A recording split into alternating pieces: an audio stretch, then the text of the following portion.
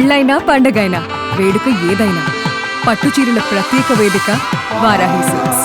September 8 నుంచి smart ఫోన్స్లో WhatsApp మూగబోనుందా అంటే అవునని సమాధానం వినబడుతుంది. కోట్లాది మంది వినియోగదారుల జీవన శైలిలో భాగమైనటువంటి ఈ మెసేజింగ్ యాప్ కొన్ని నిర్దిష్టమైనటువంటి మోడల్ ఫోన్లకు గుడ్ బై చెప్పేస్తుంది. సాంకేతిక మార్పుల పేరుతో వాట్సాప్ తీసుకున్నటువంటి ఈ నిర్ణయం ఇప్పుడు ప్రపంచవ్యాప్తంగా చర్చనీయాంశంగా మారుతుంది. అసలు వాట్సాప్ ఎందుకు కొన్ని ఫోన్లలో పనిచేయదు? ఈ ప్రభావం ఎవరిని అధికంగా ప్రభావితం చేయనుంది?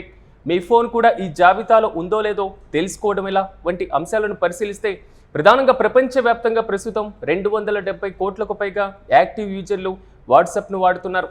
ఇంత భారీ యూజర్ బేస్ ఉన్నప్పటికీ సంస్థ తన సాఫ్ట్వేర్ను ఎప్పటికప్పుడు అప్డేట్ చేస్తూనే ఉంది.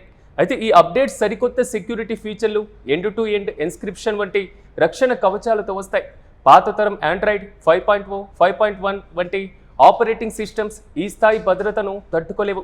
అందుకే హ్యాకర్ల బారిన పడకుండా ఉండాలంటే పాత సాఫ్ట్వేర్ను వదిలించుకోవడమే ఉత్తమమని వాట్సాప్ భావిస్తుంది. తక్కువ మెమరీతో పాటుగా పాత ప్రాసెసర్లు వంటి కొత్త ఫ్యూచర్లు మొరాయిస్తుండడమే ఈ వాట్సాప్ బంద్కు ప్రధాన కారణం. దీంతో పాటుగా హబీటా ఇన్ఫో సమాచారం ప్రకారం ఈ మార్పు ప్రధానంగా ఆండ్రాయిడ్ 5.0 లేదా అంతకంటే తక్కువ వర్షన్లపై నడిచేటువంటి ఫోన్లకు వర్తిస్తుంది. అంటే మీరు ఇంకా పాత తరం శాంసంగ్, ఎల్జీ లేదా ఇతర బ్రాండ్ల బేసిక్ స్మార్ట్ ఫోన్లు వాడుతుంటే సెప్టెంబర్ 8 తర్వాత మీ స్క్రీన్ పైన WhatsApp no longer support this version అనేటువంటి మెసేజ్ కనపడుతుంది. కేవలం పర్సనల్ చాట్స్ మాత్రమే కాదు, వేల మంది కస్టమర్లతో కనెక్ట్ అయ్యేటువంటి వాట్సాప్ బిజినెస్ సేవలు కూడా ఈ పాత వర్షన్లో నిలిచిపోనున్నాయి. ఐఫోన్ వినియోగదారుల విషయానికి వస్తే iOS 15.1 కంటే తక్కువ వర్షన్ ఉన్నవారు జాగ్రత్త పడాల్సిందే. ఇక మీ ఫోన్ సాఫ్ట్వేర్ కాలం చెల్లిపోయిందని వాట్సాప్ నుంచి మీకు ఇప్పటికే నోటిఫికేషన్ వస్తుంటే దాన్ని అస్సలు లైట్గా తీసుకోవద్దు. వెంటనే ముఖ్యమైనటువంటి ఫోటోలు, డాక్యుమెంట్లు, చాట్ హిస్టరీని గూగుల్ డ్రైవ్లో బ్యాకప్ చేసుకోవడం అత్యవసరం. ఈసారి సపోర్ట్ నిలిచిపోతే ఆ ఫోన్ నుంచి మీ డేటాను రికవరీ చేయడం అసాధ్యం అనుకోవాలి.